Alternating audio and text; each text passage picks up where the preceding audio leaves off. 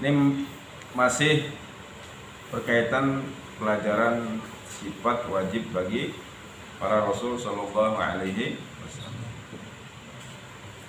Kalau minggu kemarin sudah sampai pada sifat amanah. Sekarang masuk kepada tablik berarti. Yang nggak usah dibaca lagi, udah dibaca kemarin. Artinya menyampaikan maka mustahil kitman, artinya menyembuh. Amanah masih ingat nggak tuh? Sindik amanah. Jadi para Rasul Shallallahu Alaihi Wasallam, kalau para Rasul kebanyakan udah Nabi kita Nabi Muhammad tadi satu biar gampang. Tapi kalau dari disebut semua berarti semua ikut sampai dengan Nabi Allah Adam nih.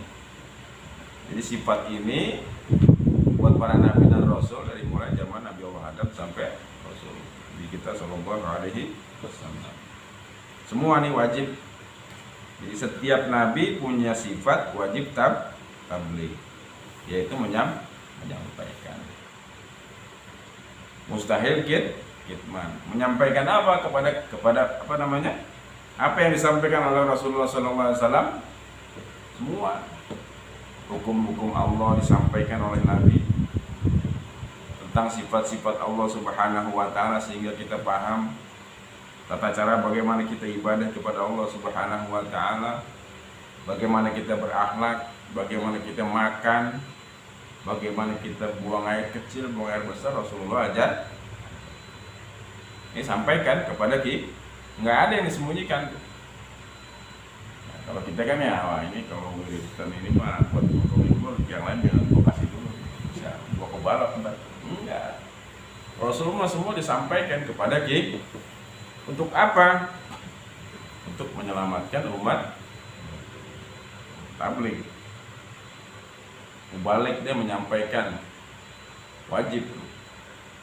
Kalau selain daripada itu nggak ada sifat wajib.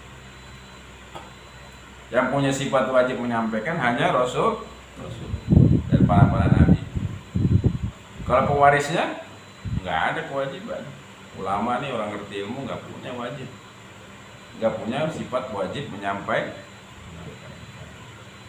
Jadi hanya ikut ittiba, mengambil apa namanya sunnah jalan daripada Rasulullah SAW kecuali ada yang minta.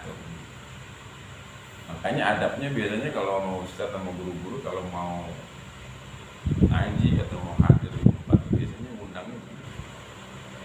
Karena orang-orang berilmu itu nggak punya kewajiban dia datang kecuali diminta jatuh hukumnya wajib buat dirinya mendatang. Itu kalau diminta, kalau karena nggak punya sifat wajib tabligh. Kalau Rasul memang punya, jadi harus disampaikan. Apa yang Rasulullah sampaikan semua nih, sehingga kita bisa kenal sampai dengan sekarang nih bagaimana caranya ibadah, bagaimana caranya duduk, bagaimana caranya berbakti kepada orang tua. Kalau yang belajar mau ngerti sama. Jadi Rasulullah itu sudah menyampaikan kepada kita semua apa-apa yang datang daripada Allah Subhanahu wa Ta'ala, mau itu yang haram, yang makruh, yang sunnah, semua Allah sudah disampaikan oleh Rasulullah Sallallahu Alaihi Wasallam. Jadi nggak ada lagi yang disembunyikan, walaupun ada dua caranya, ada yang umum dan juga ada yang khusus, tapi semua datangnya daripada Allah Subhanahu wa Ta'ala.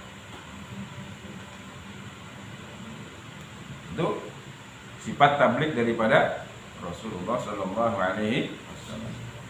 Yakin gak nih?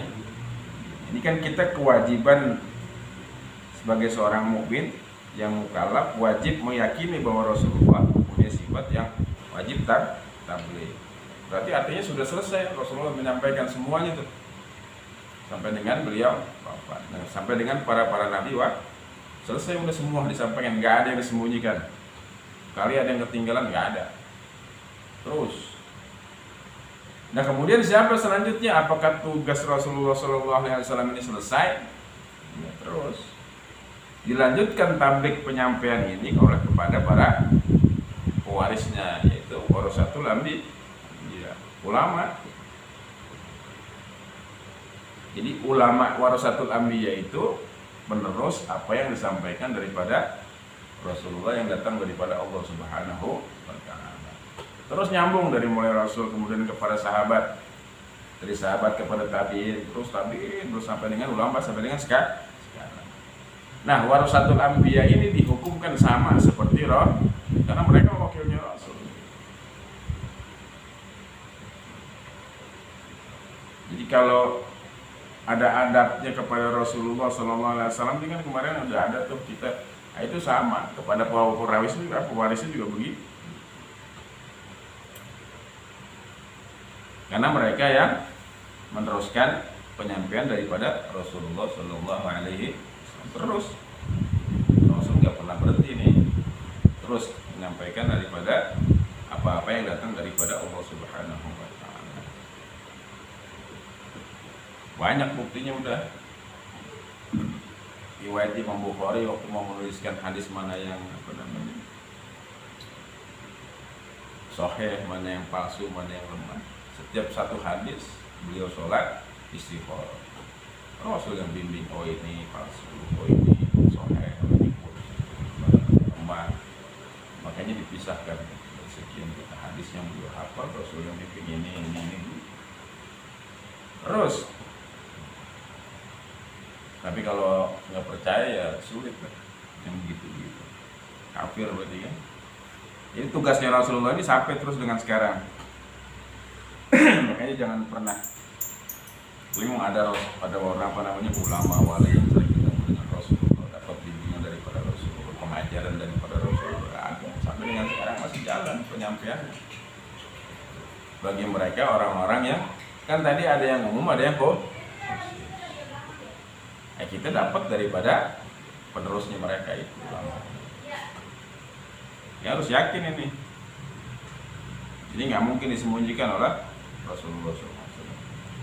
Nah yang penting sekarang sebenarnya adabnya. Kalau kita sudah yakin Rasulullah sudah menyampaikan kepada kita untuk supaya kita selamat daripada negeri dunia hingga negeri akhirat, Rasulullah ajarkan. Berarti adabnya yang pertama yaitu apa sih adabnya yang pertama? Yang Rasulullah pikirin apa sih di dalam hatinya? Yang Rasulullah pikirin itu apa? Anaknya, turunannya, hartanya. Sampai dengan beliau wafat yang diucapkan apa terakhir? Ummati Ntar begitu beliau dia hidupkan kembali, pasti yang pertama kali ditanyakan adalah umat. Siapa umat itu? Ya kita nih, umat yang pada kagak pernah ingat sama nabinya kan gitu. Kita emang ingat kagak. Tapi Rasulullah nggak pernah loh.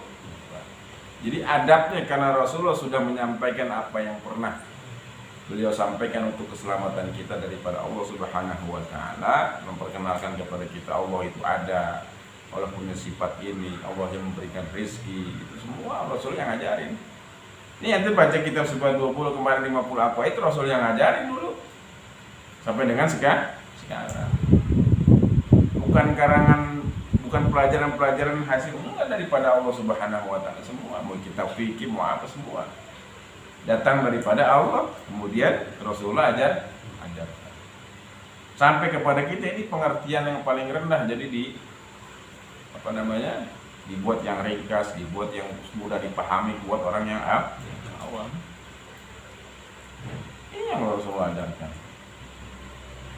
Yang Habib Utsman talibul kita pewarisnya Nabi, keturunannya darahnya juga, kemudian ilmunya juga. Dan Rasulullah warisannya cuma satu, yaitu ilmu.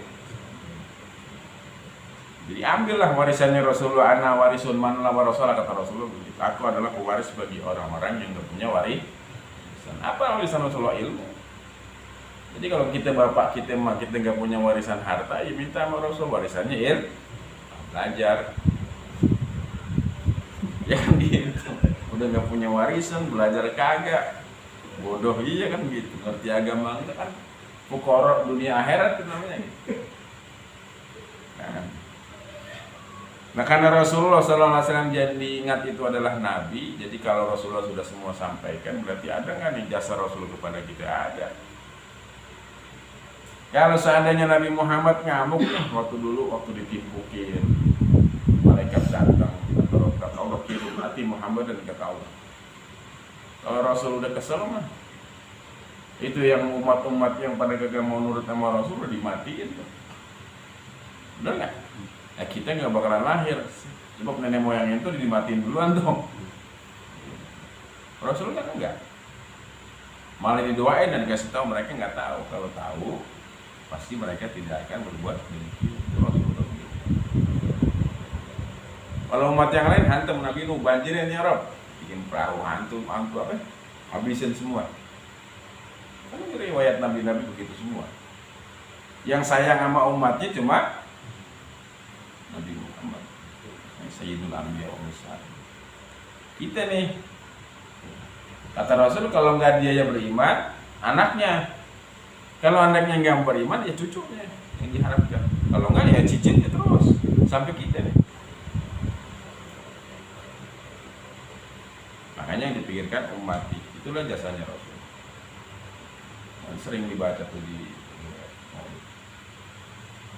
Alisun alaikum bil mu'minina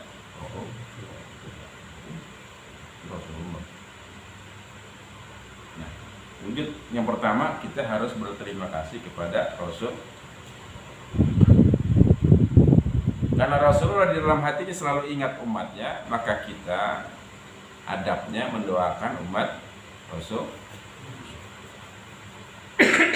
Doainnya terserah kita kan. Sebagai balas jasa nih, mendukung apa yang Rasulullah pikir, apa yang Rasulullah harapkan umatnya selamat masuk ke dalam surga. Cuman itu doang, semua umatnya masuk ke dalam surga. Kan itu janjinya kepada Nabi Muhammad Allah. Makanya beliau terakhir kalau masih ada umatnya yang belum masuk, nggak mau masuk ke dalam surga nih, ditanyain lagi, ada nggak? Nggak ada, baru masuk. Ditungguin, kita ini ditungguin. Kalau dia gelap, mau ditutupin, masukin dulu itu. Rasul nggak bisa lihat. Tetap aja masuk neraka dulu. Cuma kalau kelihatan Rasul pasti diangkat. Makanya tugasnya nanti malaikat Jibril yang nyari umat-umatnya Nabi yang ada di neraka jahanam untuk mendapatkan sapaannya Rasulullah Shallallahu Alaihi Wasallam. Wah, itu pembelaannya Nabi tuh. Kita kan enggak, itu senjata pamungkasnya Nabi syafaat. Nabi Nuh banjir, dia udah dikeluarin. Rasul enggak pernah mau ngeluarin senjata pamungkasnya nanti. Itu kecerdasannya Rasulullah. Hancurin umatnya enggak mau. Ini enggak mau.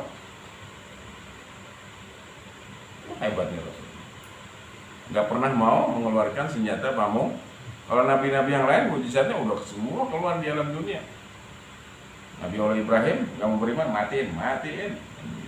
Itu Nabi Ibrahim. Nanti kalau Nabi Muhammad begitu ya, kita gagal lahir nih. Nggak ada nih, musnah udah. Lah benar. Diperangin seluruh dunia, matiin semua, nggak ada gitu lah. Makanya berterima kasih kepada yang pertama, mendukung apa yang Rasulullah pikirkan, mendoakan umat Nabi Muhammad. Susunannya terserah dah. Tapi kalau mau ngambil susunannya Syekh Muhammad Al-Madani boleh. Pernah dengar kali Pak? Allahumma fir ummata, Allahumma arham, Allahumma astur, Allahumma farij an ummati. Keduanya Syekh Muhammad Al-Madani. Beliau menyusun, kalau kita nyusun kan nggak bisa, paling banter astagfirullahaladzim lil mu'minina wal mu'minat, paling begitu. Udah pakai ini aja. Beliau naik pangkat kewaliannya sebab sering mendoakan umatnya Nabi Muhammad SAW dengan disusunan doa yang tadi. Jadi kalau di dalam kitab Usburiyah itu kalau habis membayang qobliyah subuh kan baca Astagfirullahaladzim, subhanallah bihamdihi, subhanallah astagfirullah 100 kan. Kemudian setelah itu mendoakan baca doa ini. Kalau diterima baru dapat pahalanya, ganjarannya seperti apa namanya, dunia bisa langit dan isinya. Harus tahu caranya, bukan bayangin 2 rakaat doang, enak amat. Baca apa namanya, auratnya 100, kemudian baca doa minimal sehari, nggak boleh nggak baca. Allahumma gfir, Allahumma arham. Yang pertama. Yang kedua, doainlah. Jadi kita doain Rasul. Nabi mau udah penuh. Paling doanya balik kepada kita, ini mah adabnya. Kita udah ditolong sama Rasul, diajarin yang benar. Nanti di yaumul kiamat mau dikasih syafaatnya. Jangan sampai kita nggak masuk surga, jangan sampai kita bermasalah di yaumul kiamat. Yang dipikirin umatnya, anaknya nggak dipikirin, bininya nggak dipikirin, kita meninggal umati gitu. Itu kalau begitu mau meninggal umati yang mau pilih kita digampar. Oh, anakku banyak orang yang dipikirin orang begitu. Habis gimana? Apalagi kalau yang bininya namanya Siti, yang Tuti udah selaras.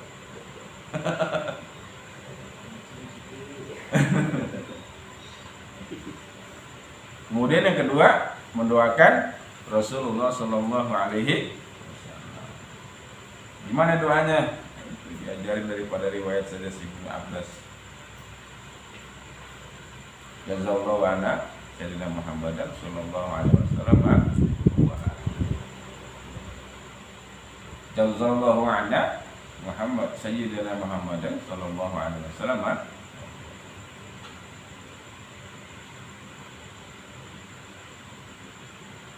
Doanya yang tadi Allahumma ighfir umat Sayyidina Muhammad, yang tadi minimal sekali dah. Kalau kita baca jazallahu anna Sayyidina Muhammad dan sallallahu alaihi wasallam wa ahlu itu 1 kali, itu bikin sibuk malaikat 1000 hari selama 24 jam nyatet ente punya pahala untuk baca yang tadi sekali doang. Jadi malaikat baru selesai mencatat pahala ganjaran daripada pembacaan jazallahu anna Sayyidina Muhammad dan sallallahu alaihi wasallam wa ahlu itu baru selesai selama 1000 hari dan 24. Itu baru kelar tuh, 1 malaikat mencatat pahala yang dibaca 1 kali. Nah, Allah tugaskan itu 70 malaikat 1 kali, Pak. Kalau habis sembahyang fardu 3 kali 5 ya malaikat pusing mencatat. Atau keburu asal dibaca maksudnya. Ini pengamalan adab daripada sifat tabligh daripada Rasulullah SAW. Yang pertama mendoakan umat. Ini doa jangan doa sendiri. Doa kalau mau makbul, cepat dikabul oleh Allah, jangan doain buat diri pribadi, doain orang. Terutama musuh apalagi. Ini nanti gedek sama orang itu doain. Yang ente gedek ini karena ente punya masalah, ente kesel. Punya masalah sama ente tuh. Dia banyak utang, ada banyak utang tuh. Gitu. Doain dia supaya utangnya lo itu lebih cepat dikabul. Jadi Allah kabulkan doanya, sebelum dikabulkan doa dia, ente duluan dikasih. Makanya kita doain itu cukup, doain umatnya Nabi. Banyak fadilah yang mendoakan kaum muslimin itu. Jadi doa jangan buat sendiri. Doain orang lain, orang tua, Rasul yang punya jasa. Ente sama orang tua doain enggak? Apa jasa orang tua ente? Lahir ke alam dunia, digedein dari kecil. Nah, Nabi dah jasanya apa Nabi? Lebih gede mana jasa Nabi? Apa? Jasa orang tua ente? Pernah kayak ente doain Nabi? Kagak pernah. Jarang gitu juga kalau ingat. Semuanya sih doang. Ya udah Nabi, kemudian baca jazallahu anna Sayyidina Muhammadan sallallahu alaihi wasallam. Ada riwayatnya dari Ibnu Abbas. Oh, kemudian yang keempat, niatnya bersolawat. Kenapa sih diperintahkan bersolawat? Karena itu daripada sifat tauhid.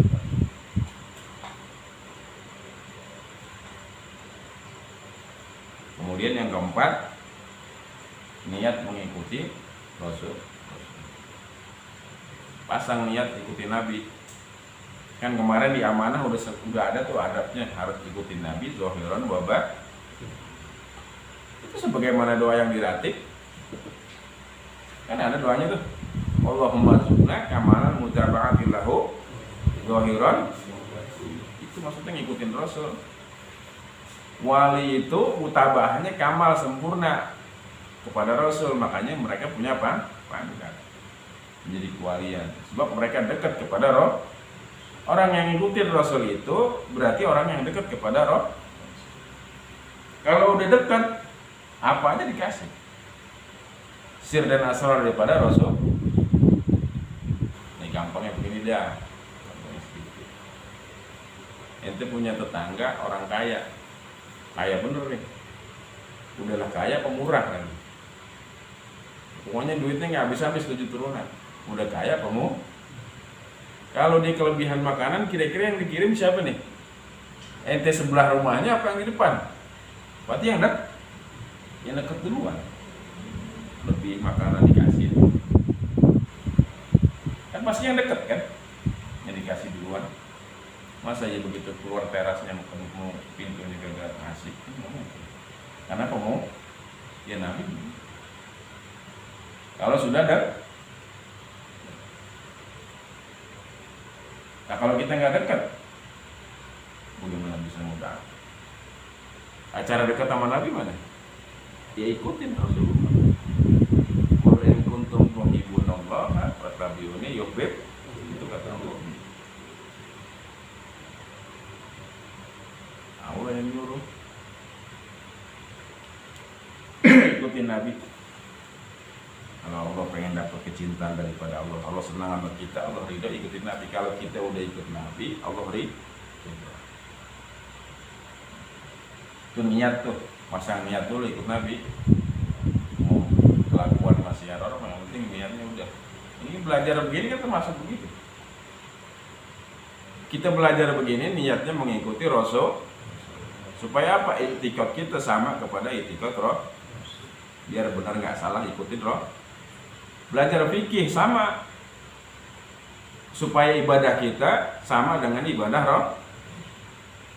Belajar tasawuf sama supaya akhlak kita sama seperti akhlak Roh.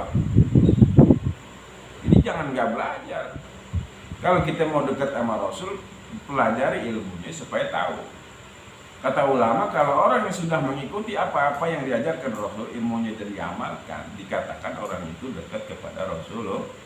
Kalau orang udah dekat kepada Rasulullah, itu maka masuklah dalam naungan keriduan Allah Subhanahu. Jadi Allah udah ridho sama dia. Kalau kita ikuti benar kepada Rasul.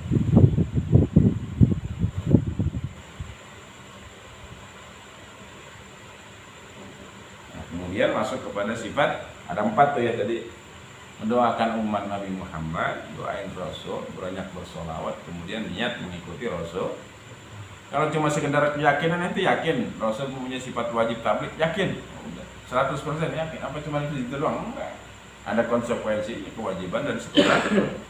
Bukan.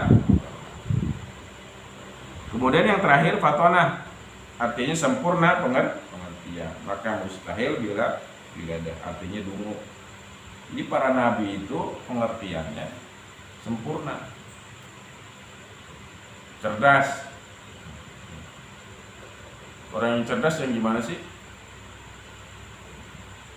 Jadi pengertian Rasulullah itu sempurna. Semua para nabi, seluruh dunia yang paling pintar ya udah.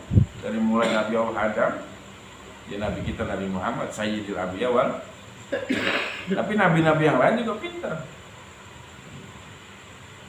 Jadi syarat jadi nabi harus mau jadi wali syaratnya juga ada wali dong, nggak ada. Syarat wali ini harus luas ilmunya itu begitu syaratnya. Kalau kita mau nggak masuk.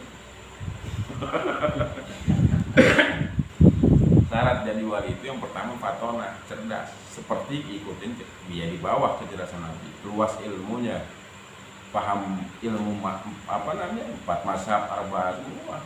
Kalau kita bukan ini, boro-boro jadi wali. Dengar pelajaran sifat 20 praktek itu baru, wali murid yang dipanggil mulu agak bayaran anak juga. Apa itu kecerdasan yang sederhana dah? Ya, jadi cerdas sederhana menurut agama nih, bukan orang yang bisa ditanya 1 kali 1 sama dengan 1, bukan yang mengerti ilmu fisika, punya gelar profesor, bukan. Itu mah orang blon. Jadi orang yang cerdas itu serendah-rendahnya, paling rendah, dia mengutamakan akhiratnya ketimbang itu orang cerdas, orang pinter, orang yang dikatakan sempurna akalnya itu paling rendahnya mengutamakan urusan akhirat ketimbang Kalau nggak nanya itu waktu di malaikat, ntar di alam kubur kali malaikat nanya gelarnya apa profesor? Sekian kali sekian berapa? Enggak ada. Kalau nggak bisa jawab dipukul malaikat, enggak. Bisa jawab pertanyaan matematika enggak, fisika enggak juga. Jadi kalau ada orang nggak ngerti tentang berapa kali berapa tambah berapa nggak tahu, biarin aja. Bukan itu, bodoh mah. Bodoh menurut agama bukan itu. Bodoh itu menurut agama kalau dia mengutamakan urusan ketimbang yang akhir. Bodohnya di mana? Kan dunia sebentar. Pakai logika, dunia sebentar. Yang hidup abadi itu di yaumul nggak akan ada matinya. Sebentarnya kapan tuh? Ukuran ini kita makan, minum makan apa dah, makan kebuli dah. Rasanya itu paling cuma sampai di tenggorokan doang. Habis itu masuk udah nggak ada lagi kan? Kali habis makan kebuli rasanya sebulan gitu nggak hilang-hilang. Kan ya? Saat itu makan, di dunia cuma segitu.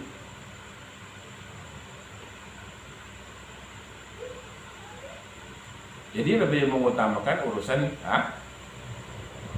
ketimbang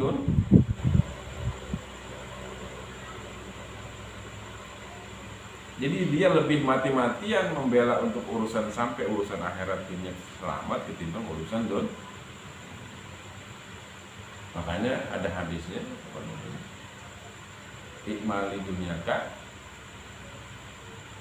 ikmali akhirataka. Ada kamu. Jadi kalau engkau mau dikejar akhirat, kita rasakan kau akan mati bebas. Kalau kau kejar dunia, anggaplah kau akan hidup selama. Maksudnya apa tuh? Kalau dunia hidupnya selama-lamanya berarti bisa entar-entaran. Kalau urusan akhirat karena mati besok nggak bisa ditunda. Maksudnya begitu. Bukan artinya kita cari harta sebanyak-banyak bisa hidup abadi kalau lagi kerjaan dunia, bukan itu. Itu maksudnya bisa ditunda pekerjaan itu karena ngejar dunia itu seperti hidup. Kalau akhirat seperti kalau yang besok mau mati, mana yang diduluin nih? Yang besok mau mati sekarat, apa yang urusan masih lama hidupnya? Pasti didahulukannya yang kalau orang bodoh ya yang ini. Kalau orang cerdas berarti ada orang yang sehat, hidupnya rada lama kira-kira. Ada orang mati sekarat, yang ditolongin yang mana? Pasti yang sekarat. Kalau yang nolongin yang ini dikata belum bukan? Punya otaknya gitu. Nah jadi kita orang cerdas itu adalah orang yang serendah-rendahnya mengutamakan akhir ketimbang urusan apa sih dunia kan sementara doang. Kita berhenti dagang aja bukan gara-gara urusan dunia, gak mau. Kalau sayang juga mau dagang. Untung gue sehari bisa 500.000, kalau gue berhenti dagang ngalahin urusan ini. Berarti dia tidak yakin bahwa rezeki itu datangnya daripada Allah. Yakinnya datang daripada ledak. Belajar tauhid udah paham 50 qaid itu begitu.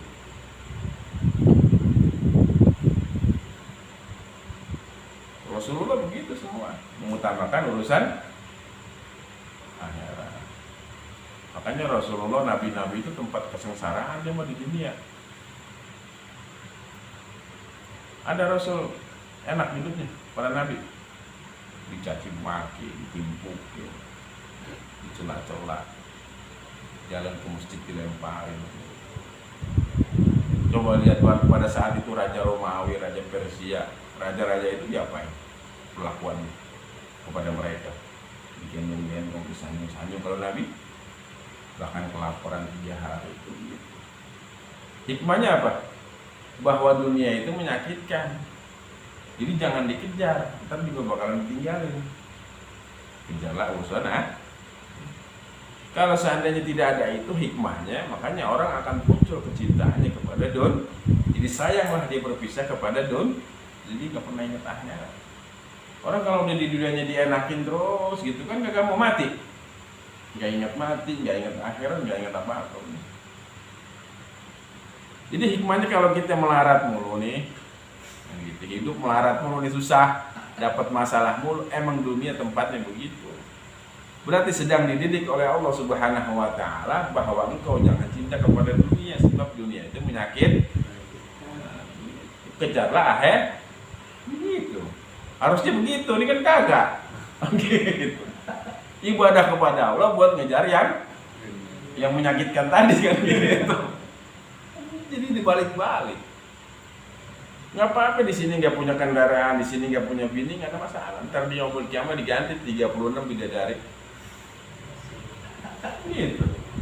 Kagak perlu beli obat kuat buat ngelayannya 36 mah. Dan benar. Gak punya rumah di sini dibangunkan Allah Subhanahu wa Ta'ala itu ganjarannya. Bumi dan langit beserta isinya sebelum sholat subuh 2 rakaat. Nah, dibangunin di sana, dibangunin bangunan dari yakut, dari intan berlian. Itu jangan bayangin luasnya gitu, luasnya surga paling kecil itu luasnya, yang paling rendah nih tingkat level yang paling bawah dah. Orang gembel dah, di surga paling gembel. Itu luas tanahnya itu seluas bumi dan bukan seluas BCA 40 meter gitu, depannya banjir lagi kagak. Seluas bumi dan jadi luas. Itu tanah ente tuh. Bangunannya tahu yang bangun dari ini dari ini. Masa ente mau bela-belain dunia urusan sebentar nih, kok mati juga enggak, makanya masih sebentar di sana. Itu aja dipikirin. Kan itu yang disampaikan Nabi, katanya Nabi sidik, ikut yakin, Nabi amanah, apa namanya? Sudah disampaikan, pasti benar perkataannya datang daripada Allah dan benar sesuai dengan kenyataan. Kok masih nggak percaya dan nggak yakin? Itu masih ngejar-ngejar urusan, mengutamakan urusan doa. Nah, ciri-ciri orang yang mengutamakan akhirat itu gampang nih, ada cirinya. Jadi jangan cuma ngomong doang. Yang pertama, dia sudah terjadwal menuntut ilmu setiap apa yang wajib dituntut. Ilmu tauhid udah ada jadwalnya dia. Kemudian ilmu fikih udah ada terjadwal, ilmu tasawuf ada jadwal. Itu cirinya. Kapan di waktunya belajar ilmu tauhid di mana, kemudian belajar fikih sama siapa dan di mana, udah terjadwal, tersusun. Ngaji tiap hari ini belajar ini. Kan dari mana kita mau bisa beramal kalau nggak pernah belajar? Ikutin Nabi nggak bisa belajar sendiri, harus pakai guru. Ada gurunya. Bukan cuma dengerin doang ceramah, sama juga bukan. Ada gurunya, ada kitab. Gak bisa cuma dengeran doang. Orang yang belajar wudu ada gurunya, ada kitabnya, sama orang yang cuma denger doang hasilnya beda. Kan sudah ikutin Nabi. Nabi kalau mau tidur gimana? Kalau mau istinja bagaimana? Kalau mau wudu Nabi bagaimana? Kalau sholat Nabi bagaimana? Langsung ikutin Nabi semua. Kalau ngadepin masalah gimana?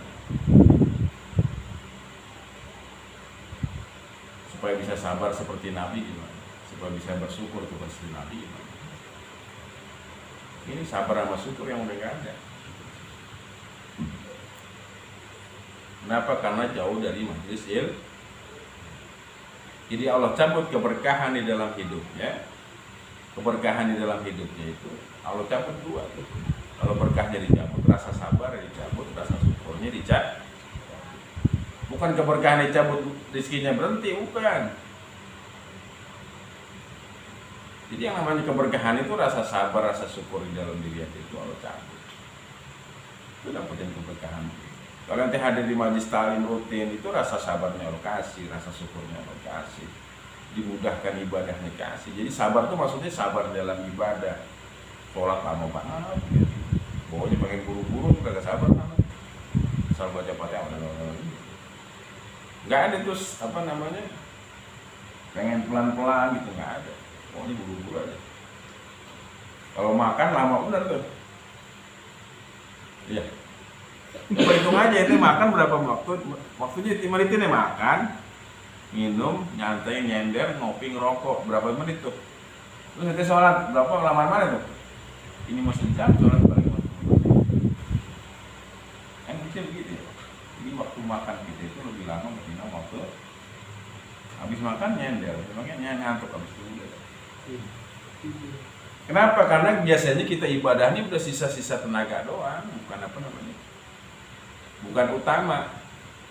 Sisa-sisa tenaga baru. Kalau udah habis kan ada, nggak ada. Urusan dunia semua kita sama. Ada pendidikan anak ente diutamain duitnya aja, dari investasi duitnya itu urusan agama, urusan dunia. Itu aja dari mulai pendidikan sekolahnya tuh duitnya larinya banyakkan ke agama apa ke urusan. Artinya mendidik mereka yang memperkenalkan diri mereka kepada Allah, kemudian kepada Rasulnya tentang agama semua. Ketimbang urusan duit, mana duitnya yang banyak keluar? Pasti urusan duit, urusan ngaji sisanya gitu. Asal guru minta bayaran, ngaji pakai bayaran gitu pasti. Iya, bocah-bocah nih yang kecil-kecil, ya kan? Gitu ngomelnya. Masa ngaji pakai bayaran, gurunya minta bayaran, jangan ngaji di situ, ngaji di tempat lain dulu, gitu.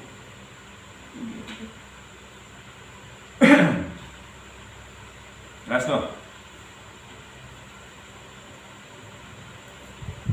Kemudian yang kedua cirinya yaitu menyempurnakan ibadah.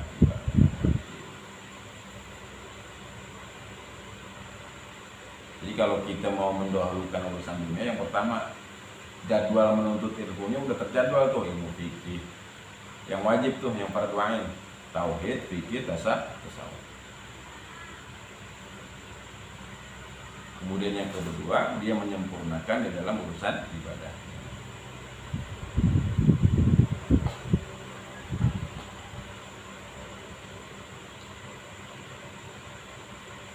Kemudian yang ketiga, nggak mau tuh dia ketinggalan sunnah, dia mau ngerjain sunnah walaupun sedikit. Duha dia kerjain walaupun bisa cuma 2 rakaat. Witir dia kerjain walaupun cuma bisa 1. Aman. Kalau sunnah-sunnah dia kerjain. Karena sunnah itu mas tahu itu masih mampu kita. Kalau yang wajib harus sempurna. Kemudian dia memiliki aurat, wirid-wirid yang dia baca. Paling rendah maslahul akhir itu. Apa namanya, aurat bacaan zikir harian, pakai baju ada bacaannya, wudu ada bacaannya, menyapu muka ada bacaannya, menyapu tangan ada bacaannya, bercermin ada doa gitu. Itu namanya zikir harian gitu. Makan ada, duduk ada bacaan, itu semua. Kalau kita mau ikutin Nabi, kalau kita udah ikutin Nabi, baru dekat sama Nabi itu. Dikatakan dekat, baru dapat asrarnya itu semua dikasih tuh. Jadi kalau kita nggak pernah ikutin, nggak akan dapat apa. Zamannya orang jauh gimana sih? Makanya nggak akan ada pernah timbul kecintaan kepada Rasulullah, nggak akan ada, karena nggak dekat. Itu bisa cinta sama perempuan karena dekat. Kalau nggak dekat mah boro-boro. Tadinya nggak cinta bisa cinta sebab dekat terus. Ada yang cinta sama Rasul pengen ketemu kagak boro-boro, orang jalanin juga kagak, deket juga enggak. Kan adabnya sama Rasul tuh, Rasul itu lebih engkau cintai daripada dirimu dan keluar istrimu, anakmu. Yang gampang aja ngukurnya, itu belain mana, yang belain bini, sama belain anak, sama belain Rasul. Mana yang didahulukan? Jadi kalau mau mengukur diri maksudnya, mana yang didahulukan? Kemudian dia niat memperbaiki akhlak, makanya dia belajar tasawuf. Jadi nggak bisa nggak belajar tasawuf, sabar gimana, syukur gimana. Karena di dalam ibadah sholat itu tiga-tiganya ada tuh, 3 ilmu itu, tauhidnya ada, etika keyakinan dengan benar, kemudian fikihnya ada, tasawuf sabar di dalam ibadah juga ada, tidak membetulkan riya di dalam ibadah itu juga ada.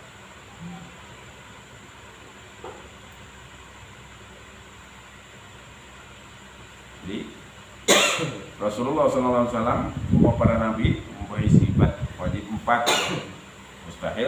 mustahilnya 4 beserta lawanannya. Jadi kalau kita udah yakin tadi ada padatnya tuh, mulai sidik, amanah, tabligh dan baru diulang lagi catatan. Kalau sidik itu benerin etika, benerin niat, benerin ibadah, amanah ikutin Nabi zahir wa batin kan gitu. Jangan berusaha kepada roh. Tabligh kita banyak berterima kasih kepada Rasul melalui mendoakan para umat, mendoakan Rasul, banyak bersolawat. Kemudian niat kita mengikuti Rasul loh. Niat tanemin pengen ikut Rasul, jangan sampai nggak disebutin. Itu juga kalau datang ke majlis taklim itu dari rumah nyebut niatnya mau ngapain nih, ngilangin kebodohan, jangan diem aja. Bisa bahkan pesannya begitu. Jadi ente kalau mau berangkat ke majlis dari rumah niat nyebutin mau ngapain nih, menjalankan perintah Rasul, menghilangkan kebodohan dalam diriku, mudah-mudahan dia dapat ilmu yang manfaat. Jangan diem aja, berangkat aja. Itu niatnya sebelum jalan diucapin.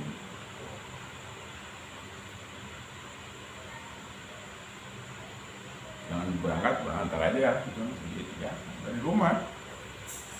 Jadi kalau udah niatnya begitu, di jalan ketemu yang lain kagak melencong tuh terus.